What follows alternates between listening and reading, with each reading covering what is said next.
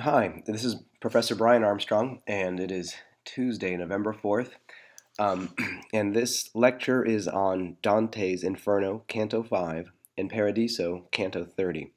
And I apologize for the sound of my voice. I have a cold, and I appear to have lost my voice. But hopefully, you'll be able to hear this okay, and it will help you as you write your papers. So, when we last met in class, we left off with Dante and Virgil listening to Francesca as she described her and Paolo's love. What I'd like to do is review the setup for Canto 5 of the Inferno, finish looking at Canto 5, and then connect that to Paradiso 30. The idea here is that Dante suffered from looking at the world through the eyes of courtly love, which could not help but be a form of the eye of the flesh. In Canto 5, he is, as it were, made aware of another worldly perspective on courtly love. From a this worldly perspective, courtly love seems to be an acceptable road to salvation. From the otherworldly perspective, it is clearly not. In Paradiso Canto 30, we do end up with Beatrice, but in a very different relationship, in a very different way. And so we can constructively compare Paradiso 30 with the final poem of Vita Nuova, and we can also compare and contrast Paradiso Canto 30 with Inferno Canto 5. So, first, to review a little bit of background. We have talked about courtly love. Courtly love arose during the High Middle Ages, and it's an important part of the cultural context of the High Middle Ages. The relationship of courtly love involves a young knight and a married female noble. The female is always of a higher aristocratic rank than the male. The female is also unobtainable because she is married, and more often than not, she is married to the lord whom the knight serves. The relationship is supposed to be secret, although it could be an open secret. And it's one that is meant to be purely, entirely spiritual, moral, emotional. The courtly love code and the poetry that went with it served the knight in many ways. First, it was one of the many ways in which a young knight could understand his role at court. Second, the courtly love was a way of making the knight gentle when he returned to court and presented himself before his lord and his lady. It gave him an ideal for which to strive. He could strive to do great works outside the court, on the battlefield, in order to make himself worthy of his lady. He might also write poetry himself, and in this way serve and honor his lady. At times, though, the poems were written by a court poet, such as a troubadour, who would serve his lord by writing courtly love poetry for the lady. The poet would write love poetry for the lady in service to his lord. The general idea, though, the general upshot, is that the woman is beautiful, and her beauty is a manifestation of the divine. In striving to make oneself morally worthy of the female, one is thereby making oneself morally worthy of salvation. There are, of course, problems with this, dangers. It is all too easy to view courtly love, poetry, and song with the eye of the flesh, to take it literally, as if the male is actually trying to win possession, physical possession, perhaps, of the female. By the time of Dante, courtly love poetry had developed quite a bit. In the Italian context, it had developed into what we called the dolce stile novo, the sweet new style. According to the sweet new style of poetry, the female beauty is again a manifestation of the divine, and one uses the poetry to introspect. One encounters the female beauty and then turns to investigate how this makes one feel. And so the poetry is more often than not about the feelings of the poet and not simply the beauty of the female. In this way, the courtly love relationship would provide a bridge to God for the male through the beauty of the female. It also provided a venue or an opportunity to create great art. The idea is that writing about the beauty of the beloved, writing about inspecting one's feelings in response to this beauty, would require poetry that would be as beautiful as the female and as worthy as the feelings it arouses within one. Dante, of course, set out to write courtly love poetry that was as pure as it could possibly be, that could in no way be mistaken for something of the flesh. And so he makes it clear that he meets Beatrice at the age of 9. He makes it clear that Beatrice only ever said one thing to him. She greeted him once. She remained unaware of his love throughout her life. She died young, in her 20s, and he continued to write poetry to her and about her, and he continued to inspect his feelings and make himself better so that he could be worthy of her. As we know, this only took him so far. So by the end of the Vita Nuova, his spirit, like a pilgrim, goes up to heaven and there looks upon her being. However, he does not look at what she is looking at. Furthermore, his spirit is unable to provide words that would describe this experience. And so Dante, in the final poem of Vita Nuova, The New Life, writes, "But when it, my pilgrim spirit, tries to tell me what it saw, I cannot understand the subtle words it speaks to the sad heart that makes it speak. I know it tells of that most gracious one, for I often hear the name of Beatrice. This much, at least, is clear to me, dear ladies." The idea, then, is that Beatrice has not, in fact, provided a bridge to God. He has stopped short of God. So how can he overcome this? Well, that's where the Divine Comedy comes in. It's an entirely new form of poetry, unlike anything encountered in the courtly love poetry tradition. And it serves to provide us a direct view of the other world. And from the perspective of the other world, to look back on our this worldly actions and see them as they truly are. And we might say that for Dante, the journey really begins in the second circle of hell. The first circle, keep in mind, is where virtuous pagans live. They have committed no sin, however, they did not know and could not accept Christ as their Savior. So they exist in limbo, not experiencing any punishment other than the despair that comes from knowing that they can never achieve salvation. The second circle is the first circle of punishment. This is where we find the circle of the lustful.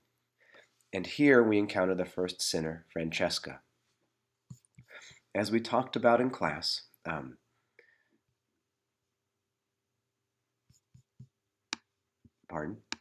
as we talked about in class, the second circle of hell is full of references to and uses of courtly love poetry. So, for instance, the lovers suffering here are 3 times described in terms of birds, the kind of bird imagery that one would find in courtly love poetry. They are buffeted about by winds, the winds symbolizing their passion. The ultimate nature of their sin is that they have made reason slave to appetite, and that's the essence of every sin. In this case, the appetite is an appetite for one of God's creatures, another human being. Furthermore, it's a human being for whom it is appropriate to have a love, because in most of these cases, the people are married. Another sign we get that Dante is viewing everything, even the afterlife, through the prism of courtly love, comes from the fact that he understands the ancient lovers as knights and ladies of ancient times.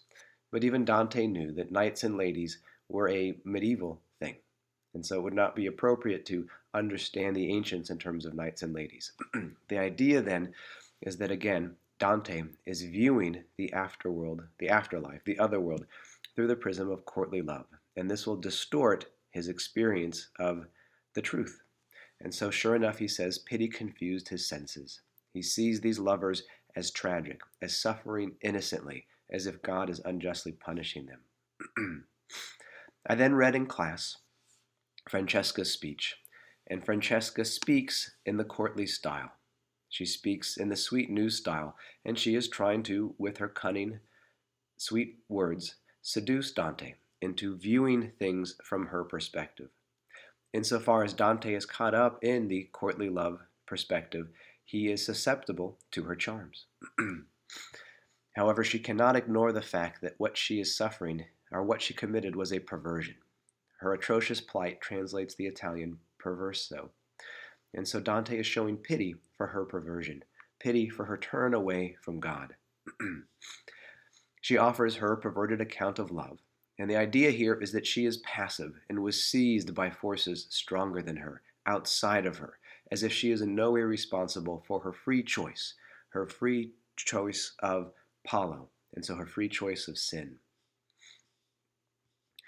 Dante then sighs, and sighing is one of the classic acts of the courtly poetic lover. If he cannot have his beloved, he sighs, and his sighs keep him alive in his lover's absence. He also mentions all these sweet thoughts, and sweet thoughts is a technical term from courtly love poetry. The idea is that one should constantly, obsessively keep the beloved before one's mind, and one does that through sweet thoughts. Poetry then becomes a way of sighing, keeping oneself alive in the absence of the beloved, and it's a way of creating sweet thoughts that keep the image of the beloved before one's mind. He then asks how such desiring brought these two into agony, noting that the torment that Francesca suffers brings painful tears of pity to his eyes. So we have again a second mention of pity, and we should expect a third. He asks, in the time of your sweet sighing, how and by what signs did love allow you to recognize your dubious desires? The answer, reading Lancelot, and reading Lancelot with the eye of the flesh, seeing a moment when Lancelot and Guinevere kissed, and then being led by the book, as if the book is responsible, as if the book is the cunning seducer, in other words, as if the book is a kind of Satan. And they imitate the book, they kiss each other, and that is the beginning of their illicit love. They read no further, they think no further. And then Francesca's husband catches them in the act and kills them both, and so they die, lost, condemned to hell for all eternity. Dante ends by noting that pity blurred his senses. So after all of this, he has been fully seduced by Francesca's account of her love. He is continuing to view things from a courtly love perspective. He thus has pity on them. This pity blurs his senses. It disables him from thinking properly. And so he faints. And his faint here is a symbolic reenactment of the fall. He is now fallen from God because of this courtly love perspective.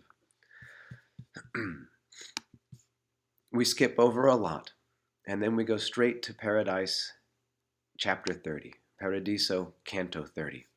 And there we get the view, we get Dante's encounter with,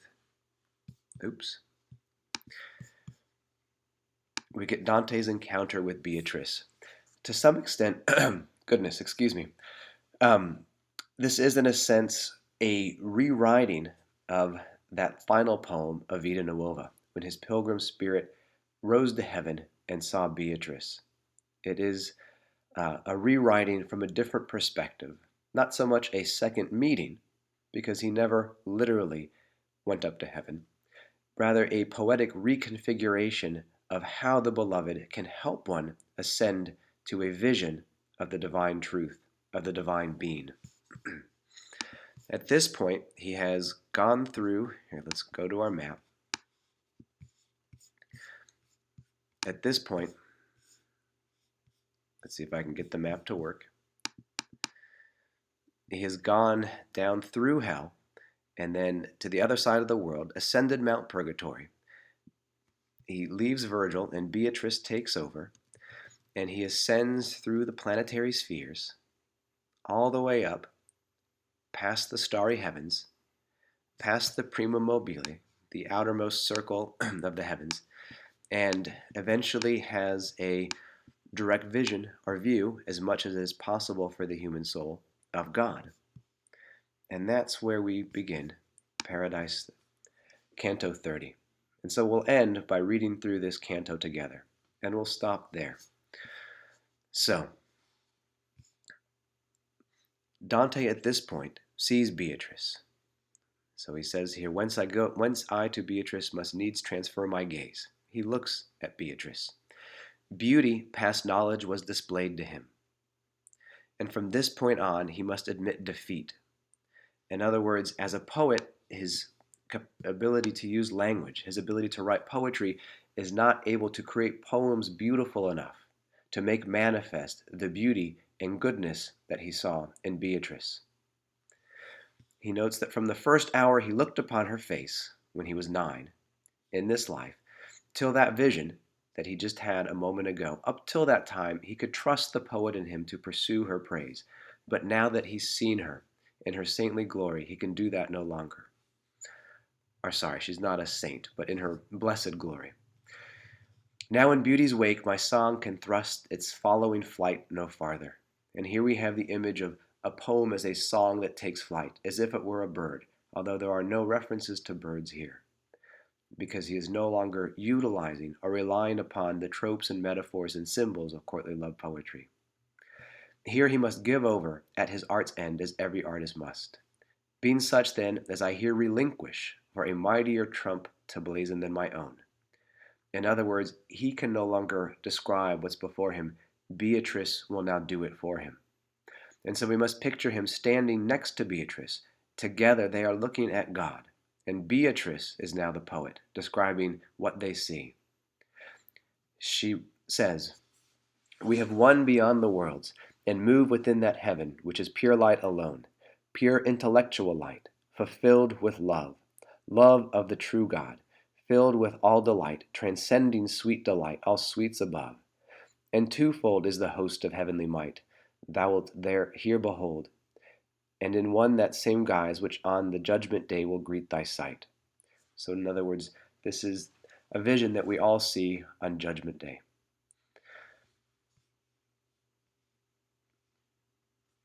As lightning startles vision from the eyes, Dante then says, so robbing them of their capacity, objects appeared too strong to visualize. So now a living light, love itself, encompassed him. In veils so luminous I was enwrapped, that naught swathed in such glory could I see. And then Beatrice says, love, which in stillness holds this heaven wrapped, such salutation here doth make alway, so is the candle for its flame made apt. Soon as these words so brief had won their way within to me, my sense became aware of mounting over such power as in me lay. In other words, he has now encountered true light, true love, and this is the love that is God's light. And now his senses again become aware, and they are able to see through God's light the true nature of love and of God. He then tries to describe this in his own words, and he uses imagery that we've seen before. For instance, he describes a stream with a glittering store of living sparks, which, winging mid the blooms, to rubies set in gold resemblance bore. In other words, a stream full of precious jewels, and the light reflecting off the play of the water, illuminated by the colors of the rubies. And here you should have in mind the reliquary of Saint Foy, the golden reliquary, encrusted with precious jewels, giving off a multicolored golden light. Dante's using the same sort of imagery to try to get us to understand what God's light and God's love is like. This continues for some time.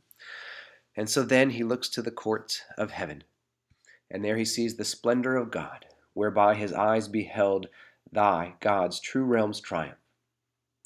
And he asks the splendor of God to grant him power to say how that exalted triumph he beheld.